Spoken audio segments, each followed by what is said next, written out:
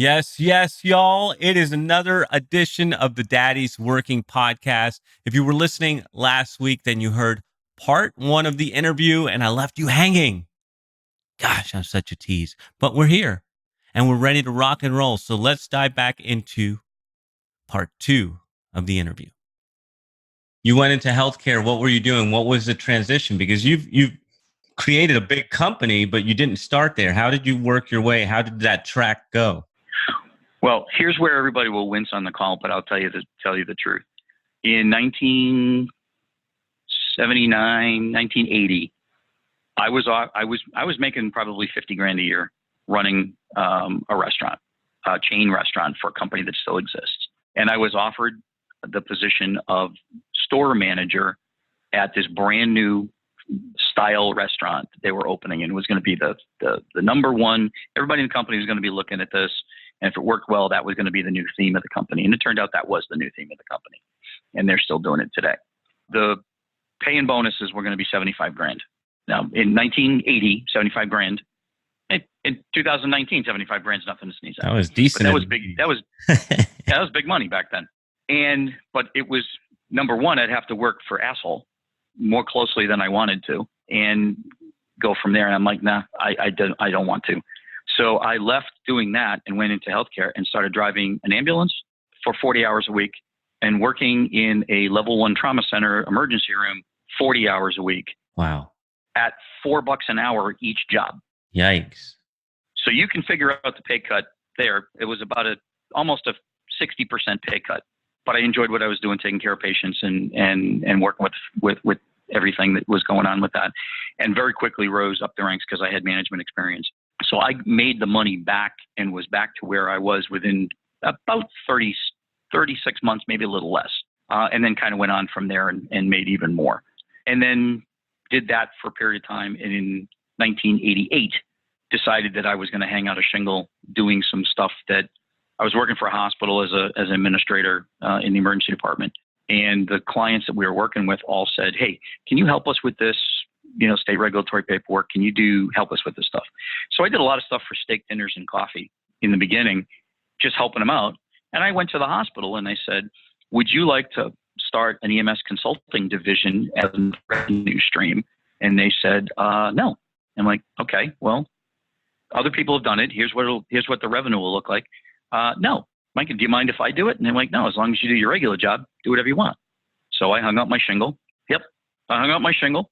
And the clients that I had been helping for coffee and steak now paid money. The hospital that I was working for, I left, and they were my first large client because they retained me for a year to help with special projects and stuff like that, which is a very common story as people open their doors. Almost invariably, one of the first customers you have is the company you just left.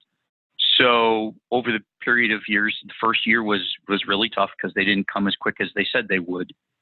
Second year was easier. Third year was, okay, can you help us with this? So we added a new line of business. Fourth year was, can you help us with this? And we added a new line of business. And that fourth, the thing they asked us for in year 3 turned out to be what I ended up selling for $3 million. So we started it in 1991, and from 1991 to 2017, grew it from, can you help us with this, to 22 employees and, a sale for $3 million. And then we broke off the other piece of the business, which I still have today, which is the consulting piece. So how did you do that? Like, how were you able to break those two pieces off so that you could keep what you wanted and get rid of the other piece? Now, why did you get rid of the other piece? If it was working, first question, why did you get rid of that? A number of reasons. One is the margins and the competition. The competition ramped up because they said, well, if he can do it, anybody can do it. So a lot of people started jumping on the bandwagon. And when you see regulatory compliance, we were in the medical billing space, and we were handling roughly about $54 million worth of billing a year, gross billings a year. And we had a 33% market share in our home state of Connecticut for the particular niche that we were in. So that grew over a period of time, but we also retained clients for 20 plus years. The longest customer that we had on the date of sale was there were 3 of them that had been with us for all 28 years. And then there were a whole bunch in the 20 to 25 category. So, but I explained to them, just as I explained to the employees, so listen, we have increased competition. We don't have the pricing integrity that we've had for years. We have compliance that's costing us more. We have training requirements that suddenly there's a requirement that's going to cost me $20,000 to get everybody trained and keep them compliant. There's, all the different things that were going on. And on the consulting side, I'm advocating that you look at, strategic partnerships between the ambulance services and the hospitals and stuff like that. You have to look at it at the back end of our business as well. And I said to him, listen, if we lose clients over pricing strategies, and I cannot come down in price because of the way we do what we do and the returns that we get, even with as much technology as we brought into the business, if we lose clients, then that's going to be jobs for you guys, because I have to keep at least some semblance of reasonable margin on this. And so a company approached us, and the first company that approached us, because we were the big gorilla in the state about 4 years before we actually sold, they wanted to basically change absolutely everything, including the way client relationships were managed. I'm like, you're going to kill this. And it's just, no, not a right fit. Thank you very much. Go back to the guiding principles and have a good day. Fast forward 2 years, and another company approached us, and the company was founded very much like mine, was slightly larger than mine, but we were 2 years older, but we had better retention. So it made a good fit. And I said, okay, well, let's talk about this. Take care of the customers, take care of the staff, and we'll find a price point. So they came in and they offered all of my employees jobs at their same rate of pay in the same building. They're my tenant in the office building now. All of the people kept their seniority, which was important because I had people that had been with me for 18 to 20 years. So all their seniority transferred over to the new company. Somebody we had groomed for management became the director of the division. All of the clients were retained, and their pricing strategies were guaranteed for 3 years as a way for them to transition into whatever else changes they might make. And the number for us was right, as I knew it would be. So we sold to them. They've made a few changes, but now they've actually come to realize that we are the most profitable division of the companies, of the ones that they've bought, the acquisitions they bought. So they're now applying some of our methodologies to their corporate structure after the first 6 months of, well, we bought you, we're smarter than you, we're going to do it our way. Oh, crap, that didn't work. Yeah, no kidding. You bought us for a reason, which was we are good at dealing with customer service and smaller size clients, where you've always done really big clients. You can't match those two. You have to treat them differently. So now they're back to where it was. I think that's great. Actually, that speaks volumes for that company, that they would recognize that your ways, your systems were better, and they would apply it to the rest of the business. So it does sound like you made a very good choice with those folks, that they would actually do that. Yeah, they've done well. They've lost a couple of customers over pricing integrity. But when I explained it to the staff members, I said, listen, I realize we're a family, and I realize we've grown up together, and I realize, we've done cruises together. And quite frankly, on some of the cruise ships, we've learned more about each other than we probably should know. But to protect, to go back to your original question, the passion wasn't there. The margins weren't there. The sustainability wasn't there. The stress on my family, on Jen and I, was growing rapidly to the point where we weren't sleeping well. Health was not where we wanted it to be. And it all came back to what's causing this: fear of what's going to happen with that. We should sell it at kind of at the peak of flavor, if you will, at its maximum value. So we did that. And we got health back, sleep back, even more time with the kids. We took 3 months off after we sold it before we did anything, and just enjoyed the summer, because we had to work from January to June as a work down period with the new company. And we had a countdown calendar on the wall of how many more days we had to do it. And on June 30th, we went into 4th of July weekend, and it became our Declaration of Independence. Yes, yes. And we took all of July, all of August, and most of September off, and did some traveling and what have you, and just kind of reconnected and decompressed. And then in September, I ramped up the consulting piece some more and said, okay, I'm back from a hiatus. Who needs what?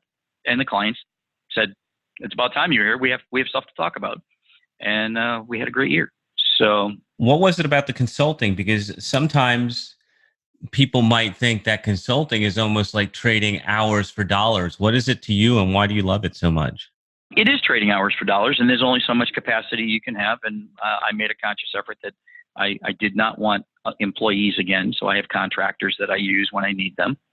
That may change with some of the revamping that we're doing that's going to roll out in September and October of this year. But I do like working with clients, and I do like helping them to make their business better. I originally thought I was going to do entrepreneurial consulting, as you and I know, and there was a podcast that we started and did not get a lot of traction, predominantly because as we were trying to get traction with one, and the EMS business, which was what I've been in for so long, and the healthcare market, those clients were coming through the doors with, I got projects that were going to take up a whole lot of time. So I've got projects now that are, going to last 6 months to a year, but we're making substantial changes to the way the health system in that area is doing it. So there's some value. It's fun. These are good people. But in order to insulate myself from trading hours for dollars, we're going to be rolling out some different ways of doing business that don't necessarily require me to be involved one-on-one, but one-to-many, which is, so it will allow me to produce something or put something out there through effective marketing and allow that to roll while I'm sleeping, which is a good thing. I like that. Yeah, we all love that. Make money while you sleep. I love waking up in the morning and looking at the bank account and going, whoa, look at that. Yeah. Yeah, I know that feeling, and I love it too. Yeah, first of the month is a great day. Yeah, the retainers come in. I feel you, brother. Exactly. One more thing, even to go back to that, we changed the way we even do retainer agreements now, because most consultants make a very bad mistake and they try to do projects, and they give you a project and it's going to be $15,000 for the project, and the project comes to this inevitable roadblock, benchmark, hard stop. And then you have to start the conversation over with, do you want to do more? Selling again. And not right now. I don't have. So about 6 or 7 years ago, I changed everything to a retainer model. I don't do project models anymore. And the retainers are, so if you come in today and a block of hours, and the smallest block of hours you can buy from me is 36 hours. You can go all the way up to 288 hours, and you get a discount based on the size block that you buy. But if you come in today in 2019, the price point that you come in at, if you renew for 6 more years, you stay at the 2019 pricing regardless of what I do. And I have people on 2012 pricing that are still renewing when they need something. But now it gives us the freedom to have a conversation about the things that are going on with their business, not just the 1 or 2 things they brought to the table that they think are wrong, because that's never what they really need. They come in with, I need better marketing. No, actually what you really need is to get rid of your brother-in-law who can't sell to save his ass. And when he gets on the phone, poisons the well after you spent marketing money. And I realize next Thanksgiving is going to be a hard conversation, and maybe you don't go to dinner there, but you have got to, he's killing your business, or she's killing your business, or your sales team's killing your business, or whatever it is. There's always something more underlying. In medicine, there's always a symptom. It is what you see, but the disease is what you got to treat. So it allows us to have those conversations, and they naturally come to an end saying, oh, by the way, you have 20 hours left on the retainer. Did you want to continue? And if you're getting good results, it's sort of like, yeah, just send me the invoice. And that has perpetuated into 4 and 5 years worth of retaining for different projects and different success rates. But it's clients I want to work with and clients I don't have to go sell more to. And clients you care about. There's a vested interest in the time you've spent with them and seeing them get those results. So that's Yes. And the goal is that when the retainer runs out, there is that natural point of separation to say, no, I think we're good now. Or for me to say, I think I have taught you what I can, as much as I can teach you. Perhaps you need a smaller size retainer just so you can pick up the phone if you feel, a pain of separation, anxiety, or, whatever. But I don't think we need to keep going at this point. Yeah, if you miss me, yes. If we don't, I don't think we need to go back to, quite the same size that we had before.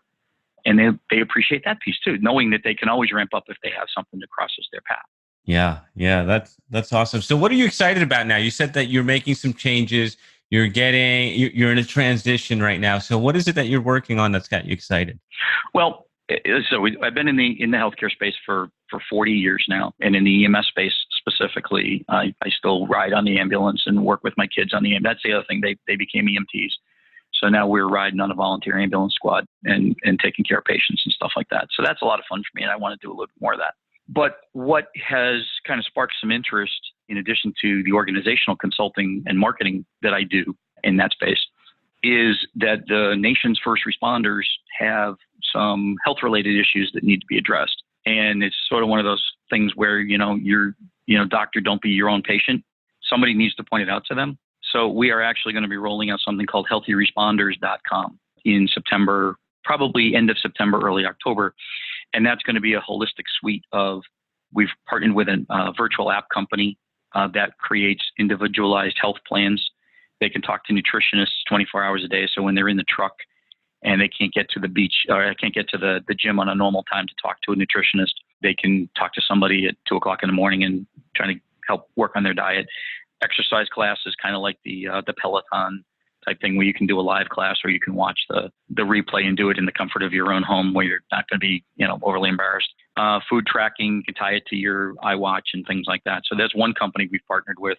Another company that we've partnered with is going to be able to work with hormone replacement therapy because they've proven that some of the hormone replacement works really, really well for PTSD patients and PTSD responders.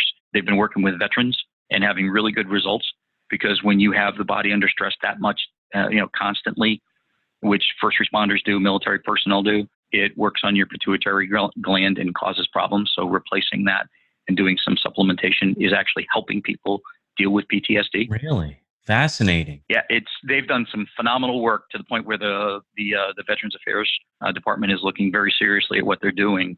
So we're going to roll that out for first responders, and they can do it through telemedicine. So they don't have to go to the clinic.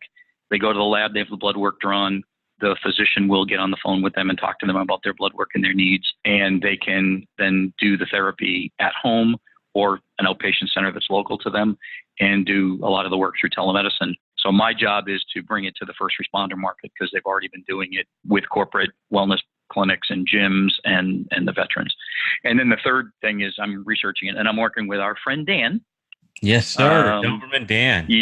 Doberman Dan and I are working on something that is going to bring a small line of supplementation into the first responder market. So I've been going through a program with him that has worked out really well, and he's going to actually have a small part in it, I think. That's the way the conversation's going at this point, to delve into that market. So for us, it's a big market. It's one I know. And part of this research is because I've had some issues with back pain and things like that, which every first responder has. So I'm looking for things to help me, and that's going to be the marketing. This helped me. This helped friends of mine. This helps keep you fit for duty. And then so I'll have the healthy organization side, which is the consulting, and then the healthy responder side, which is the people that make up those organizations.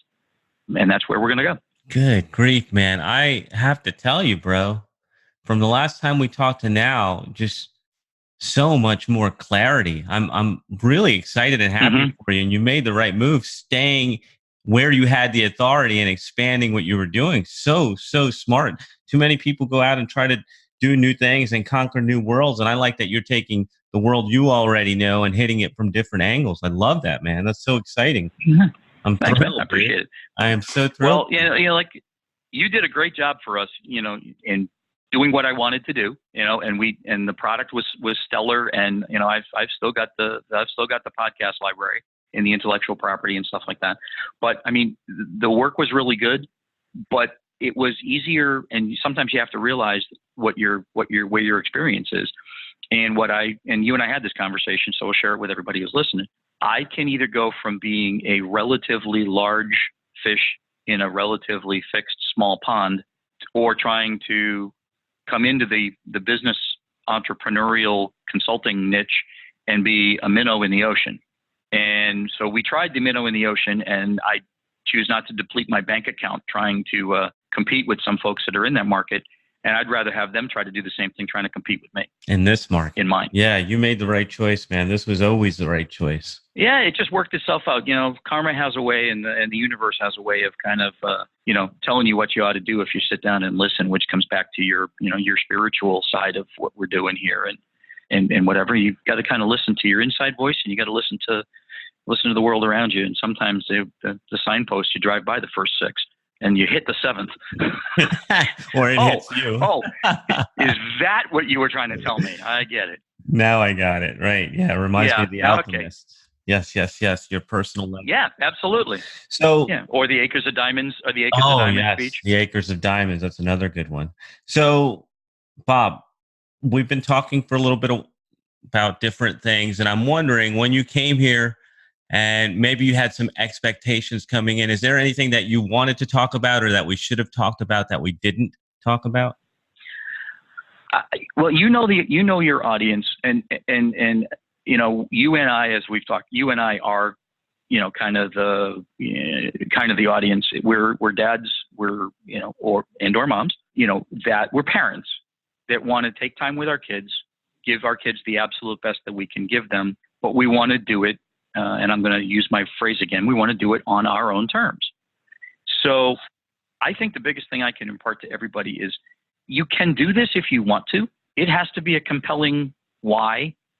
And it has to be when you rearrange you rearrange the blocks, or for those of us old enough, when you shake the Etch-a-Sketch and start a new picture, what do you want that picture to look like for you? And most of us don't take time to carve out what we want the picture to look like. So when I work with a client, I start with, where are you trying to get to? And then, how much money do you need to make in a year?